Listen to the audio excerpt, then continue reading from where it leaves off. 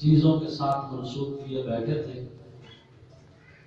اللہ رب العزت نے کرم فرمایا، اس دھرتی پہ رحم فرمایا۔ ربیع الاول کے مہینہ میں سوموار کے دن بنو ہاشم کے قبیلہ میں عبد المطلب کے خاندان میں جناب عبداللہ کے گھر میں سیدہ آمنہ کی گود میں صبح صادق کے وقت ایک ماہ جبین بچے کو بھیجا۔ ایک دل نشی ہستی کی آمد ہوئی، ایک پاکیزہ ہستی نے دنیا کے اوپر قدم رکھا۔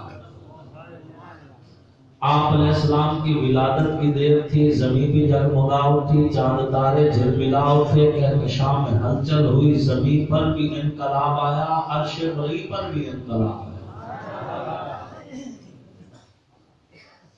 حضور سیدی و مرشدی حضرت محمد مصطفیٰ علیہ الصلوۃ والتسلیم کی صورت میں نبیوں کے امام، رسولوں کے سالار، پیغمبروں کے سلطان، سید الاولین سید الآخرین، امام الانبیاء، خاتم المعصومین پیغمبر کی آمد ہوئی۔ حضور نے قدم رکھا، اندھیرے اندھیرے نہ رہے، سویرے بن گئے، دکھ کی کالی لمبی راتیں ختم ہوئی، صبح نو کے اجالے ہوئے، انتشار ختم ہوا، اتحاد کی بات چلی، نفرتوں کی جگہ محبتیں آ گئی، دشمنیوں کی جگہ پیار آ گیا، اور دنیا نے دیکھا کہ بتوں کو سجدہ کرنے والے اتنے خالص موحد بن گئے کہ حجر اسود کا بوسہ لیتے ہوئے بھی کہہ رہے تھے، حجر اسود تو ایک پتھر ہی ہے، اس سے زیادہ اور کوئی بات نہیں، اگر میرے پیغمبر نے تیرا بوسہ نہ لیا ہوتا تو آج عمر تیرا بوسہ قتل نہ لیتا۔ بوسے تو لیا جا رہا ہے، مزاج صحابہ کو سمجھیے، مزاج صحابہ کو سمجھیے، صرف بوسہ لیا جا رہا ہے، سجدہ نہیں کیا جا رہا۔ کیوں؟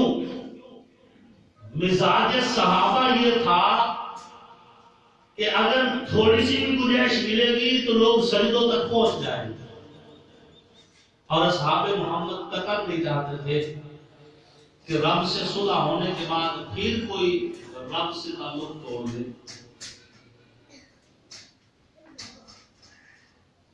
کئی در چھوڑ کے ایک در کی طرف اصحاب محمد اگر متوجہ ہوئے تو ان کے پیچھے بھی حضور کی ذات ہے۔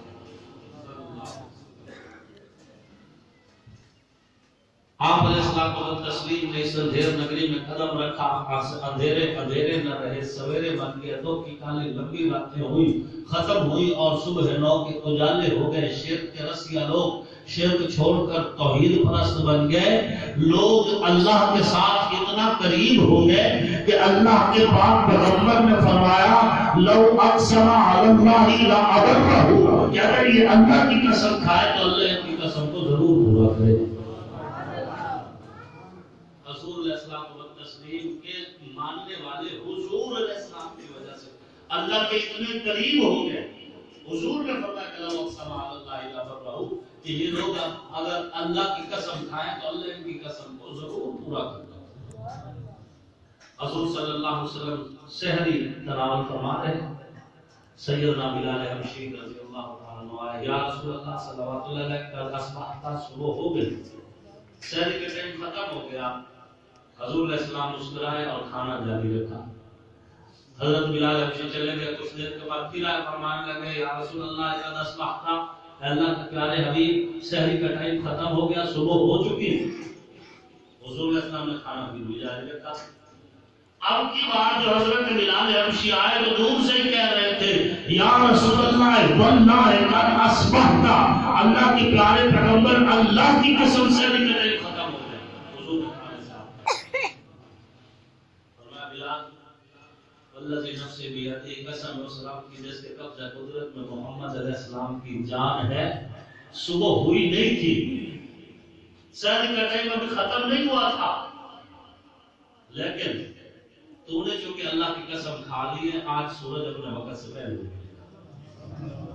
لو اقسم علی اللہ لأبرہ، اتنے قریب ہوئے اللہ کے جو لوگ اللہ سے دور تھے اللہ کے قریب ہوئے تو حضور علیہ السلام کے صدقے، جو ماؤں کو عزت نہ دیتے تھے ماؤں کے قدموں میں بیٹھ کے اپنی جنت تلاش کرنے لگے تو حضور کی نسبت کے صدقے، جو بیٹیوں کو زندہ دفن کرتے تھے بیٹی کی پیدائش پہ خوشیاں منانے لگے تو رسول اللہ علیہ السلام کی نبوت کے صدقے، جو پانی کی جگہ شراب پیتے تھے شراب کے مٹکے توڑ کے رکھ دیے رسول اللہ علیہ السلام کی نبوت کے صدقے، جو سود کو کاروبار سمجھتے تھے سود پہ لانتے بھیجنے لگے رسول اللہ علیہ السلام کی نبوت کے صدقے سے، جو مشتریوں کے عادی تھے محبتیں بانٹنے لگے رسول اللہ علیہ السلام کی نبوت کے صدقے سے، جو ایک گھوڑ پہ لڑتے تھے 90 سال تک لڑا کرتے تھے، اتنے آپس کے شیر و شکر ہوئے کہ ایک شہادت کا رکھت اپنے حصے کا پانی اپنے دوسرے بھائی کو دے دیا۔ آپ سنتے رہ جاتے ہیں، ایک زخمی آواز دیتا ہے پانی، تو کہتے ہیں جان بھائی پانی کا کہہ رہا ہے تو اس کے بعد پہنچتا ہے اور اس نے ابھی پیا نہیں ہے، وہ کی طرف جائے گا تک قریب ایک اور زخمی کی آواز ہے پانی، اس نے کہا مجھے چھوڑ میرے اس بھائی کو۔ حالانکہ یہ دونوں آپس میں بھائی نہیں ہیں، یہ دونوں زخمی، ایک اور قبیلے کا دوسرا اور قبیلے کا، اور یہ دونوں ان دو قبیلوں میں سے ہیں جو 70 سال لڑتے آئے آپس میں، لیکن شہادت کے وقت حضور کی نبوت کے صدقے سے مجھے چھوڑتے ہیں میرے مسلمان بھائی، وہ وہاں لے کے گیا، ابھی اس نے پیالہ منہ سے نہیں لگایا، قریب ایک اور زخمی کی آواز ہے پانی، کس نے کہا مجھے چھوڑ، اس نے باتیں کرنا آسان ہے، باتیں کرنا آسان ہے، ہمارے آپ کیا ہوتا ہے اکٹھے کھانا کھانے بیٹھے ایک 2-3 روٹیاں منہ میں ڈال لی، باقی اٹھا کے گھٹنے کے اوپر رکھ لی اور جو باقی پڑی ان کو بھی اپنی طرف کھینچ لی۔ یہ آج کا مسلمان ہے، صحابہ ایسے نہیں، صحابہ نہیں ایسے، وہ سنت کو سنت سمجھ کے عمل کرتے تھے، ہم سنت کو سنت سمجھ کے چھوڑ دیتے تھے۔ چلو یہ الفاظ تک مجھے کہا سنت کیوں کہتے ہیں؟ اصحاب محمد کا نام لینا آسان ہے، ان کے کردار پہ چلنا یہ بہت بڑا امتحان ہے، اور جو اس امتحان میں سے پاس ہو گیا اللہ اسے دنیا میں بھی عزت دے گا اور آخرت میں بھی عزت دے گا، آخرت میں بھی۔ صحابی رسول مذاکرات کے لیے گئے بیٹھے ہیں، کافر کے دربار میں کھانا چون دیا گیا ہے، کھانا کھا رہے ہیں، لقمہ ہاتھ سے گرا، زمین سے اٹھایا صاف کیا کھائے، جب کھا گئے تو ساتھ والے نے فون نہیں لگایا، جس نے کہا کہ ہم کافروں کے پاس بیٹھے، کافر کیا سمجھیں گے کہ مسلمان کھانے کے بھوکے ہوتے ہیں؟ صحابی رسول نے کیا خوب جواب دیا، فرمایا انتم سنت نبینا لہؤلاء الحمقاء، کیا ان احمقوں کی وجہ سے ہم اپنے نبی کی سنت چھوڑ دیں؟ اصحاب محمد نے رسول اللہ کی غلامی کر کے دکھائی ہے، تبھی تو حضور نے ابھی تک اپنے ساتھ سلا اپنے ساتھ لے کے حضور ابھی تک سوئے ہوئے ہیں اور محبتوں سے نوازا رسول اللہ علیہ السلام۔ سیدنا ابو بکر سیدنا عمر رضی اللہ تعالیٰ عنہ کے بارے میں کیا فرمایا؟ ابو بکر و عمر ہما بمنزلۃ سمعی و بصری، ابو بکر اور عمر میرے لیے کان اور آنکھ کی مثل ہے۔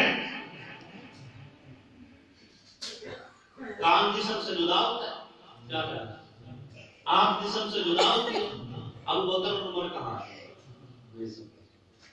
اب اگر کوئی کہے کہ میں حضور کو تو مانتا ہوں لیکن میں حضور کے روزے کی توہین کرنا چاہتا ہوں، تو کیا خیال ہے، اجازت دی جا سکتی ہے؟ کہے کہ میں حضور کی نہیں توہین کرتا، میں صرف حضور کے روزے کی توہین کروں گا، کیا اجازت مل جائے گی؟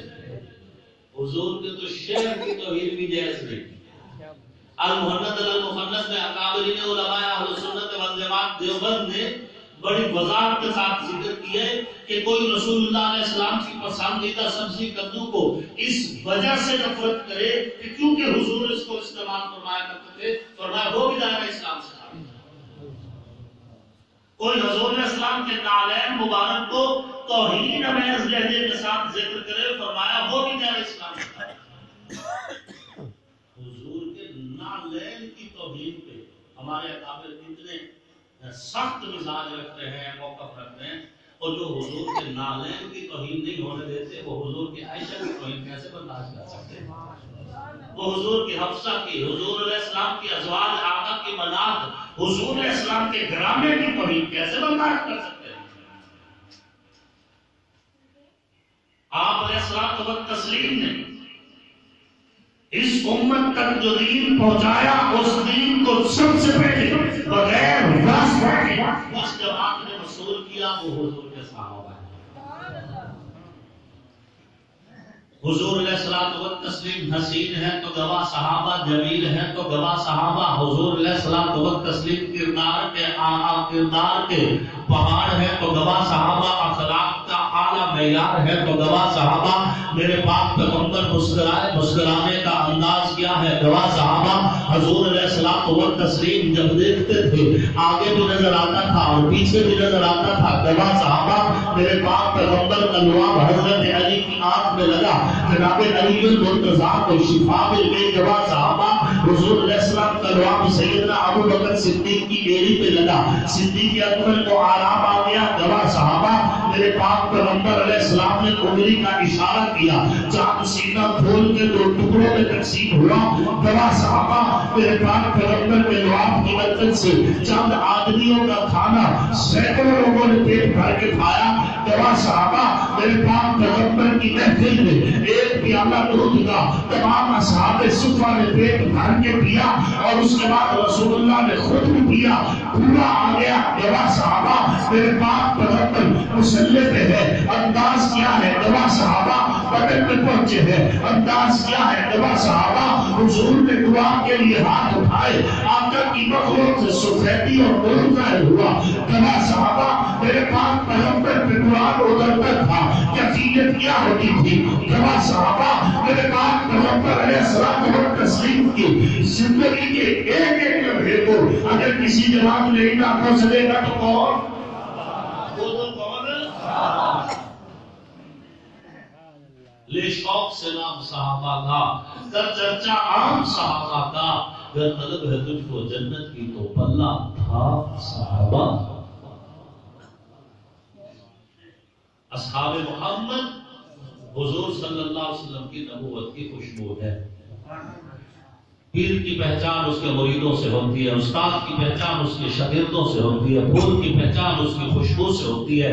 خوشبو سے پتہ چلتا ہے پھول گلاب کا ہے یا موتیے کا ہے۔ آسمان کی سجاوٹ اس کے ستاروں سے ہوتی ہے، دریا کا تعین اس کے کناروں سے ہوتا ہے۔ آقا ماہر رسالت ہے، صحابہ اس عظیم دریا کے کنارے ہیں، آقا آسمان نبوت ہے، صحابہ اس آسمان پہ جھلملاتے ستارے ہیں، حضور پھول ہے، صحابہ خوشبو ہے، حضور مرشد ہے، صحابہ مرید ہے، حضور استاد ہے، صحابہ عابد ہے۔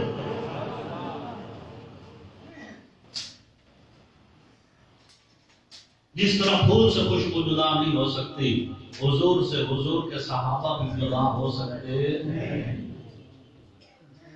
میں ابو بکر و عمر ہما بمنزلۃ السمع و بصر، ابو بکر اور عمر میرا کان اور میری آنکھ ہیں۔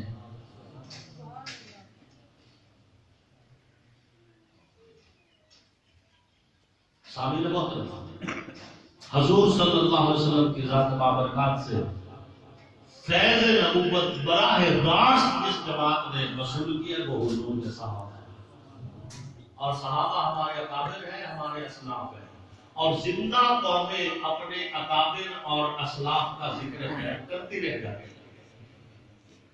قوموں کی زندگی اس میں ہے کہ وہ اصحاب محمد، وہ اکابر اور اسلاف کا ذکر کرے۔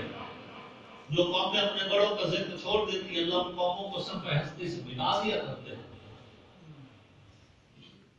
اندلس میں دیکھ لیجئے، فارس میں دیکھ لیجئے، اکابر کا ذکر چھوٹا تو آج وہاں پہ دین اور ایمان نام کی کوئی بات ہی نہیں ملتی۔ ہم ایک زندہ قوم ہیں اللہ کے فضل و کرم سے، اور یہی وجہ ہے ہماری ہر محفل اکابرین کے ذکر خیر کے ساتھ خوشگوار کی جاتی ہے۔ اور تم خوش نصیب لوگ، تم اہل حق کے قافلے میں شامل ہو، تم عام لوگ نہیں ہو۔ اللہ کی قسم کل حشر کا دن ہوگا، نامہ اعمال کھلیں گے، لکھا ہوگا یہ ابو بکر کا مجرم ہے، یہ حضرت عمر کا مجرم ہے، یہ حضرت عثمان کا مجرم ہے، یہ حضرت علی کا مجرم ہے، یہ حضرت حسن اور حسین کا مجرم ہے، یہ حضرت معاویہ ابو سفیان کا مجرم ہے، یہ حضرت طلحہ کا مجرم ہے، یہ حضرت عبد الرحمن بن عوف کا مجرم ہے، یہ فلاں صحابی کا مجرم ہے، یہ فلاں صحابی کا مجرم ہے۔ جب باری تمہاری آئے گی لکھا ہوگا یہ صحابہ کے بھی نوکر ہے، یہ آل رسول کے بھی نوکر ہے، لکھا ہوگا یہ نہ صحابہ کے مجرم ہے نہ اہل بیت کے مجرم ہے۔ تم خوش نصیب لوگ ہو، تمہیں ممبر سے تبرہ نہیں سکھایا گیا، تمہارے امام، تمہارے خطیب، تمہارے علماء، تمہارے جو لیڈران یا راہبر ہیں انہوں نے تمہیں تبرہ بازی نہیں سکھائی، انہوں نے تمہارے دل نفرتوں سے کالے نہیں کیے، انہوں نے تمہیں محبتوں کا درس دیا۔ تمہارے اکابر نے تمہیں بتایا ہے کہ جس طرح اصحاب محمد ہمارے ایمان کا مرکز ہے، اسی طرح آل محمد بھی ہمارے ایمان کا مرکز ہے۔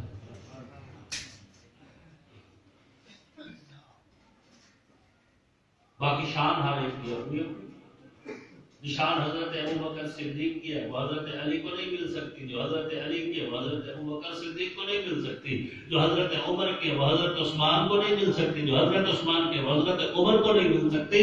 ہر ایک کی شان اپنی اپنی ہے اور ہر ایک شان کی شان ہے۔ ہم پر ایک بڑا اعتراض کیا جاتا ہے کہ یہ جی حضرت علی کو آخر میں لے کے آتے ہیں، یہ حضرت علی کی شان گھٹاتے ہیں۔ پہلی بات تو یہ ہے کہ آخر میں لے آنا یہ ہماری اوقات نہیں ہے۔ دوسری بات یہ ہے کہ ساری دنیا حضرت علی کے خلاف ہو جائے، علی تو علی ہے، علی کے سواری کے سوم کی عزت میں بھی فرق نہیں آئے گا۔ اور یہ حضرت علی کی شان گھٹاتے ہیں، میرے گھٹانے سے گھٹتی ہے؟ جسے حضور فرمایا علی انت اخی فی الدنیا والآخرہ، تو دنیا میں بھی میرا بھائی ہے، آخرت میں بھی میرا بھائی ہے۔ جسے حضور فرمایا علی جنت میں تیرا گھر میرے گھر کے عین سامنے ہوگا، وہ علی جس کے بارے میں سیدنا ابو بکر صدیق رضی اللہ تعالیٰ عنہ فرمائے کہ علی کا چہرہ دیکھنا بھی عبادت ہے۔ علی کو چھٹے نمبر پہ لے کے آتے ہیں، یہ علی کو آخر میں لے کے آتے ہیں۔ آخر میں آنا عیب نہیں ہے، یہ بات سے نہیں۔ اگر آخر میں آنا عیب ہوتا تو اللہ حضور کو آخری نبی نہ بناتا۔ آخر میں آنا عیب نہیں ہے۔ اب کل کو کوئی فتویٰ لگا دے مولوی عاصم معاویہ صاحب جو ہے نا یہ گستاخ رسول ہے، کیوں؟ حضور کو آخری نبی کہتے ہیں، حضور کی شان گھٹاتے ہیں، یہ کہتے ہیں کہ حضور سب سے آخر میں آئے لہذا یہ گستاخ ہے۔ آخر میں آنے سے شان گھٹتی نہیں، حضور آخر میں آئے تو نبیوں کے امام بن گئے، حضرت علی آخر میں آئے تو ولیوں کے امام بن گئے، حضور آخر میں آئے تو خاتم النبیین بن گئے، علی آخر میں آئے تو خاتم الخلفاء بن گئے۔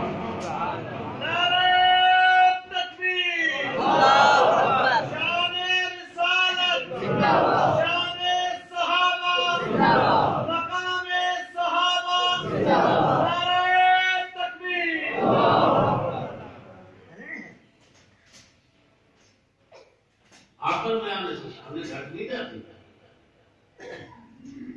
رب کے سیدنا مولانا عبدالستار توسیوی رحمۃ اللہ علیہ وہ فرمایا کرتے تھے کہ اس میں بھی رب کی حکمت ہے کہ حضرت علی کو چوتھا خلیفہ بنایا، اس میں بھی رب کی حکمت ہے۔ وجہ کیا ہے؟ حضرت علی اگر پہلے خلیفہ ہوتے حضرت ابوبکر، حضرت عمر، حضرت عثمان کے خلاف لوگوں کو بولنے کا موقع مل جاتا۔ اب جو بول رہے ہیں یہ بے موقع بول رہے ہیں، یہ بات ذہن میں رکھنا، ان کا بولنا بڑا موقع نہیں ہے۔ اور یہ خلافت خلیفہ وہ تو حضرت علی ہے، حضرت علی خلیفہ اول ہے، تو حضرت ابوبکر صدیق نہیں کہ ان کے پاس خلافت ظاہر ہے، خلافت باطن حضرت علی کے پاس ہے۔ خلیفہ خلافت حضرت علی ہے. تو جناب بقول آپ کے اگر خلیفہ خلافت حضرت علی ہیں تو فطرت کا مطالبہ بھی حضرت علی سے کرو نا. ابو بکر کے خلاف کیوں بولتے ہو؟ نہیں سمجھ. خلیفہ خلافت اس کی ڈیوٹی ہے کہ وہ انصاف قائم کرے، حقداروں کو حق پہنچائے، مظلوموں کی ناز رسی کرے. تو جب پہلے خلیفہ حضرت علی ہے تو مطالبہ بھی حضرت علی سے کیا جائے گا، حضرت ابو بکر سے تو نہیں کیا جائے گا. وہ تو خلیفہ ہی نہیں بتاؤ تمہارے. اور اگر حضرت ابو بکر سے مطالبہ کیا جا رہا ہے تو تمہیں ماننا پڑے گا کہ خلیفہ خلافت ابو بکر صدیق. ابھی تو مطالبہ ہو رہا ہے، جو خلیفہ اسی سے مطالبہ ہوگا. سیدنا ابو بکر صدیق رضی اللہ تعالیٰ عنہ ہو یا سیدنا علی رضی اللہ تعالیٰ عنہ ہو، جو ابو بکر کی شان گھٹائے گا اس کا بھی اللہ رسول سے کوئی تعلق نہیں، جو حضرت علی کی شان گھٹائے گا اس کا بھی اللہ رسول سے کوئی تعلق نہیں. ہم حضرت علی کے بھی نوکر ہیں اور حضرت ابو بکر صدیق کے بھی نوکر ہیں، اور ہمارا عہد ہے اپنے رب کے ساتھ. ہم جہاں بیٹھیں گے، جس ماحول میں بیٹھیں گے، حضور کے گھرانے کی بات بھی کریں گے اور حضور کے گھرانے کی بات بھی کریں گے. نہ کوئی خوف، نہ ڈر، نہ اندیشہ، نہ ہی کوئی لالچ، اور نہ اس بات سے ووٹ بیٹھتے بیٹھتے. حق کہنے پہ اللہ مدد کرتا ہے غیبی طور پہ.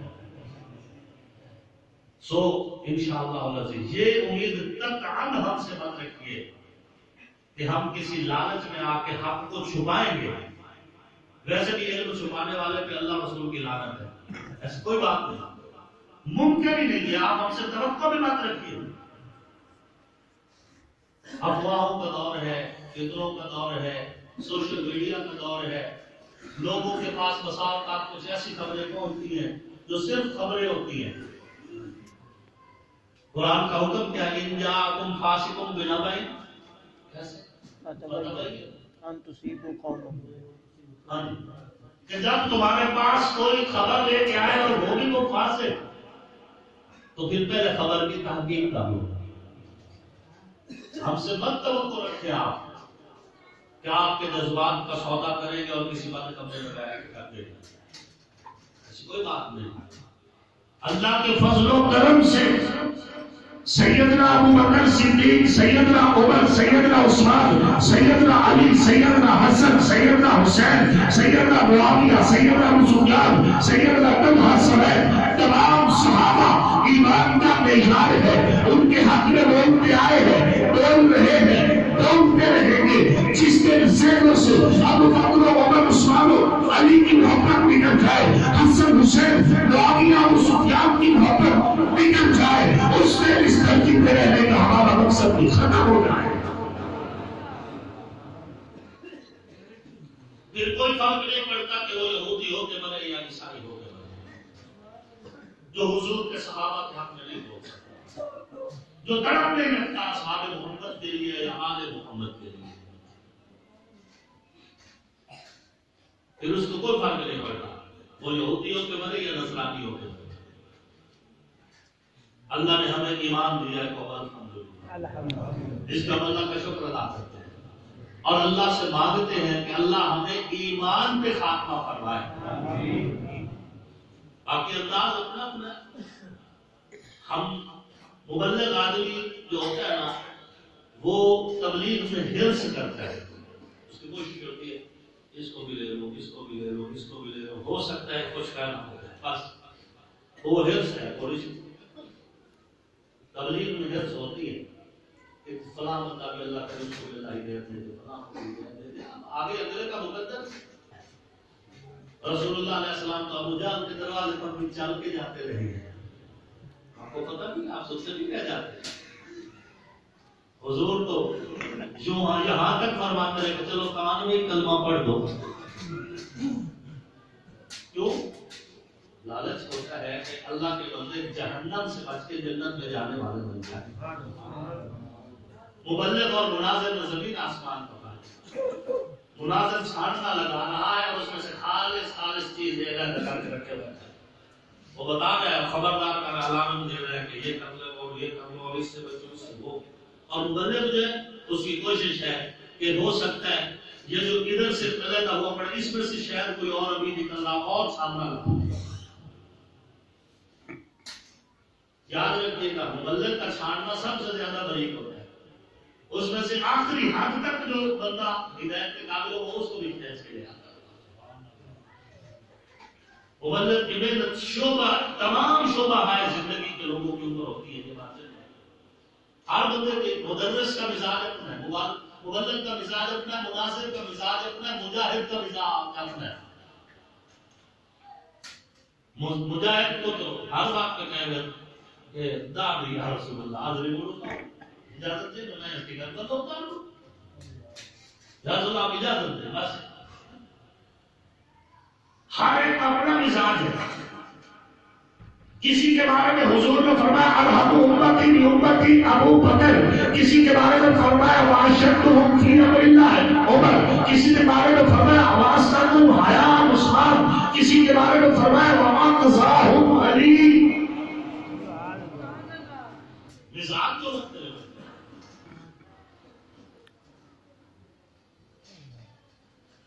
اصحاب محمد وہ واحد واسطہ راستہ اور پل ہے جو امت کو نبوت سے ملاتا ہے۔ ہم عمل چاہتے ہیں، محبتوں کا درس لیتے ہیں، معاشرے کے اندر امن اور سکون کے داعی ہیں ہم، اور اللہ کے فضل سے ہمارا کردار اس بات کا گواہ ہے کہ جب تک ہمیں چھیڑا نہیں گیا ہم نے کسی کو کچھ نہیں کہا، اور جب کسی نے چھیڑا ہے تو ہم نے چھوڑا نہیں، وہ آپ کو پتہ ہے۔ اصحاب محمد ان کے اوپر اور آل محمد کے اوپر کوئی کمپرومائز نہیں ہے۔ کسی بھی دور میں کسی بھی سٹیج پر اگر کوئی اصحاب محمد کی توہین یا آل محمد کی توہین کرے گا تو ہم سے نرمی کی توقع مت رکھے، رب محمد کی قسم اگر ہم حلالی ہیں تو ہم اصحاب محمد کے حق میں بھی بولیں گے اور آل محمد کے حق میں بھی۔ اور یہ ہماری ڈیوٹی ہے، 8 سال پڑا ہے۔ حضور صلی اللہ علیہ وسلم نے فرمایا اذا ظهر الفتن او البدع وصحبت اصحابي فليظهر العالم غيبه فان لم يفعل ذلك فعليه لعنة الله والملائكة والناس اجمعين۔ جب فتنے ظاہر ہو، بدعت ظاہر ہو، میرے صحابہ کو گالیاں دی جائیں، فليظهر العالم غيبه، عالم کو چاہیے کہ اپنے علم کا اظہار کرے۔ پھر یہ نہ سوچے ووٹ نہ چھوڑ جاؤں گی، مان لو اس کی کتنا ووٹ ہو پیچھے کتنا اسے لعنت کرو اس ووٹ پہ جو حضور کے صحابوں پہ تبرہ کرے، اور اگر نہیں ہوگا تو پھر ماحول معاشرے میں امن سکون چل رہا ہے، چلنے دیجیے۔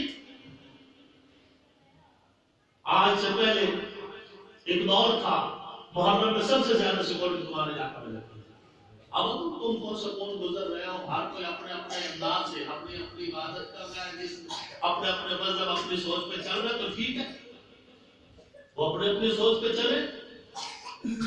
لڑائی تو کسی کو بھی اچھی نہیں لگتی، کیا کیا امن سب کو اچھا لگتا ہے اور امن ہونا بھی چاہیے۔ اسلام نے بھی یہی درس دیا ہے کہ سب سے پہلا آپشن ہے اسلم تسلم، اسلام کی دعوت دو۔ نمبر 2 اسے کہو اگر اسلام نہیں ہے تو جزیہ دو، اور یہ ڈیوٹی حکومت کی ہے جزیہ مانگنے کی، آپ کی نہیں ہے۔ تو جا کر نہ تو ویسا تو مسلمان نہیں ہوتا، ٹھیک ہے جزیہ دو، نہیں، آپ کی وہ حکومت کی ڈیوٹی ہے۔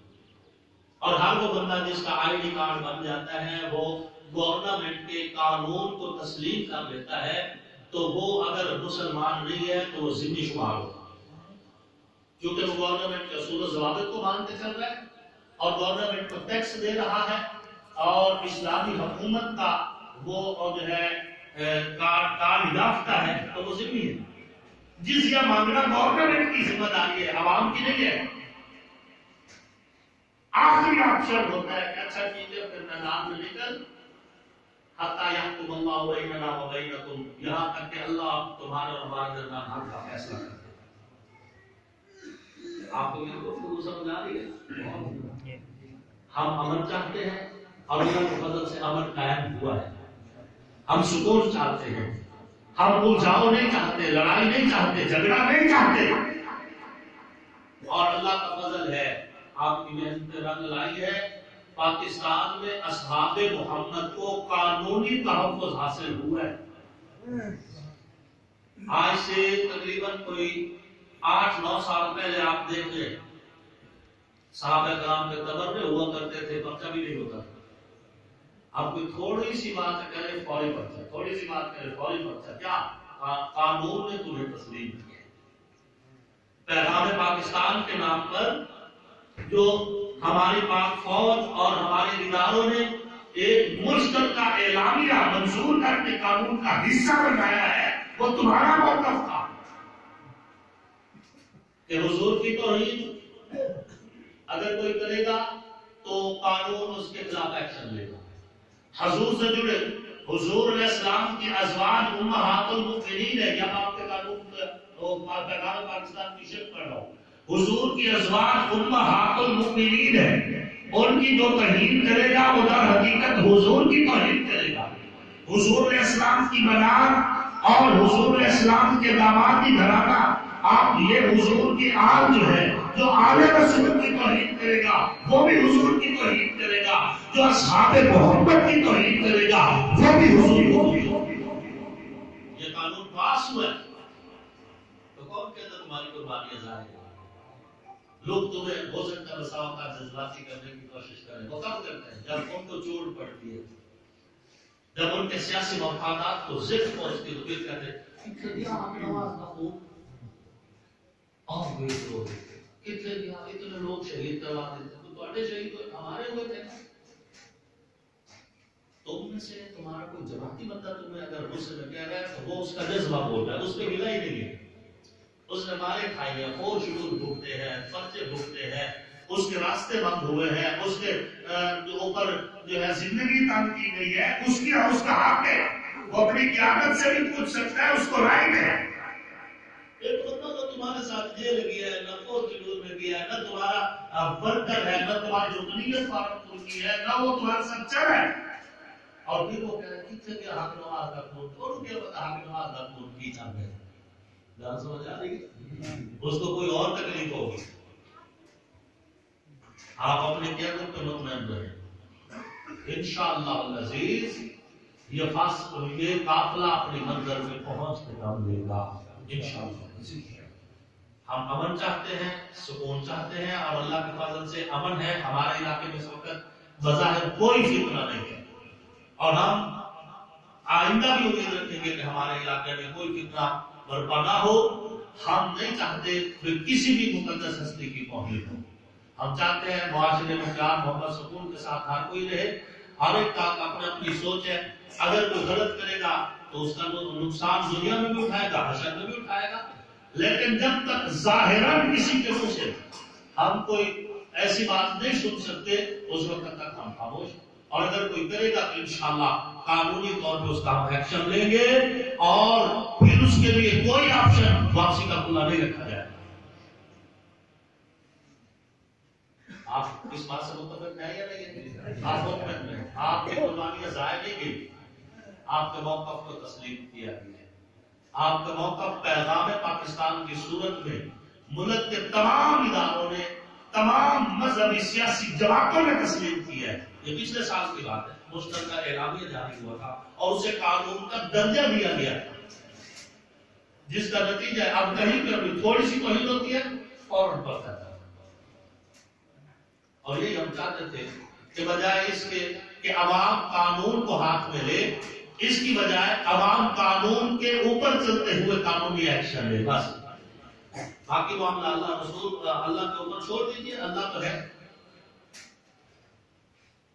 انشاءاللہ العزیز ہماری تمام تر صلاحیتیں اصحاب محمد کی عزت و عظمت کے لیے, آل محمد کی عزت و عظمت کے لیے اللہ پاک استعمال فرمائے گا انشاءاللہ. انشاءاللہ حضور صلی اللہ علیہ وسلم نے فرمایا لا تسبوا اصحابی, لوگوں میرے صحابہ کو گالیاں مت دینا. لو انفق احدکم مثل احد ذهبا ما بلغ مد احدهم ولا نصیفا, اگر کوئی تم میں سے احد پہاڑ کے برابر یہاں پر بھی سونا خرچ کر لے، میرے کسی بھی صحابی کی ایک مٹھی جو یا نصف مٹھی جو کا مقابلہ بھی نہیں کر سکتا۔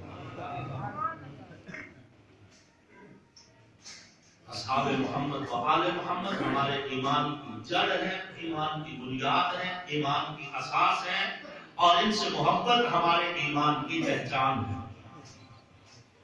جس طریق کو حضور اپنی بیٹی کا رشتہ دے دے اور بیٹی بھی فاطمہ تو زہرا جیسی ہو سلام اللہ علیہ، سیدہ طاہرہ بی بی فاطمہ تو زہرا سلام اللہ علیہا، جن کے بارے میں حشر والے دن اعلان ہوگا یا اہل الجمع والحشر، اے حشر کے میدان میں اکٹھے ہونے والے جنوں اور انسانوں، نقبوا رؤوسکم، اپنے سر جھکا لو، غضوا ابصارکم، اپنی نظریں بھی جھکا لو، حتی تمر فاطمہ بنت محمد، یہاں تک کہ فاطمہ بنت محمد کا گزر ہو جائے۔ جب تک فاطمہ بنت محمد گزر نہیں جاتی، نہ کسی کو سر اٹھانے کی اجازت ہے، نہ کسی کو نظر اٹھانے کی۔ جس علی کو حضور اپنا پیر کہیں، میں اس علی کو اپنا پیر کہتا ہوں۔ حضرت علی ہمارے ایمان کی بنیاد ہے۔ مومن اور منافق کے درمیان ایک اونچی دیوار ہے جو مومن کو منافق سے الگ کر دیتی ہے، اور اس اونچی دیوار کا نام علی ہے۔ میں نہیں کہہ رہا، حضور فرماتے ہیں۔ حضور علیہ السلام کو تسلیم نے فرمایا لا یحبک الا مؤمن ولا یبغضک الا منافق، اے علی جو تجھ سے پیار کرتا ہے مومن ہے، جو تجھ سے نفرت کرتا ہے منافق ہے۔ جن کی آنکھوں پہ نبی کے بوسے، جو میرے پیغمبر کے لب چوسے، جو حضور کے سینے سے لگیں، جو آقا کی گود میں کھیلیں، جو حضور کے کندھوں کی سواریاں کریں، جنہیں آقا دیکھ کے حضور ممبر چھوڑ دے استقبال کرے، جنہیں حضور چومے فشمہ پھر سونگے، جن کی رگوں میں میرے پیغمبر کا مقدس خون دوڑتا ہے، ہم حسن حسین کو سلام عقیدت پیش کرتے ہیں۔ وہ جنتی جوانوں کے بادشاہ ہیں، جنت کے مالک ہیں، ہم ان کے غلام اور کمی ہیں، اور اسی غلامی پہ فخر محسوس کرتے ہیں۔ اللہ رب العزت ہمیں ہماری نسلوں کو قرآن کی خدمت کے لیے قبول فرمائے، ہماری آنے والی نسلیں بھی اصحاب محمد و آل محمد کی نوکر بنے، ہماری آنے والی نسلیں بھی دین اور اسلام کی خدمت کریں، اور انشاءاللہ ایسا ہی ہوگا۔ ہم اللہ سے پر امید ہیں، ہم اللہ سے پر امید ہیں۔ اللہ رب العزت آپ کو اور مجھے ایمان کی نصیحت اسلام کی والی زندگی نصیب فرمائے۔ جب آپ کی اور میری باری آئے تو اللہ توبہ کی حالت میں ایمان پہ خاتمہ نصیب فرمائے۔ آنکھوں کا نور کی چاہت حسین ہے، اسلام کی شناخت غیرت حسین ہے، پورو قصور جنت میں ہے دل پذیر، لیکن سردار شباب جنت مولا حسین ہے۔ دنیا میں احترام کے لائق ہیں جتنے لوگ، ان محترم نفوس میں شامل حسین ہے۔ جس نے زبان چوسی محبوب کبریا کی، وہ خوش نصیب کامل مرشد حسین ہے۔ قاتل حسین پر ہے لعنت خدا کی آج تک، اور میری زبان پہ آج بھی واہ واہ حسین ہے۔ کافر مرے جو کرتا ہو نفرت حسین سے، آصف میرا تو مذہب عقیدہ حسین ہے۔ وما علینا الا البلاغ المبین۔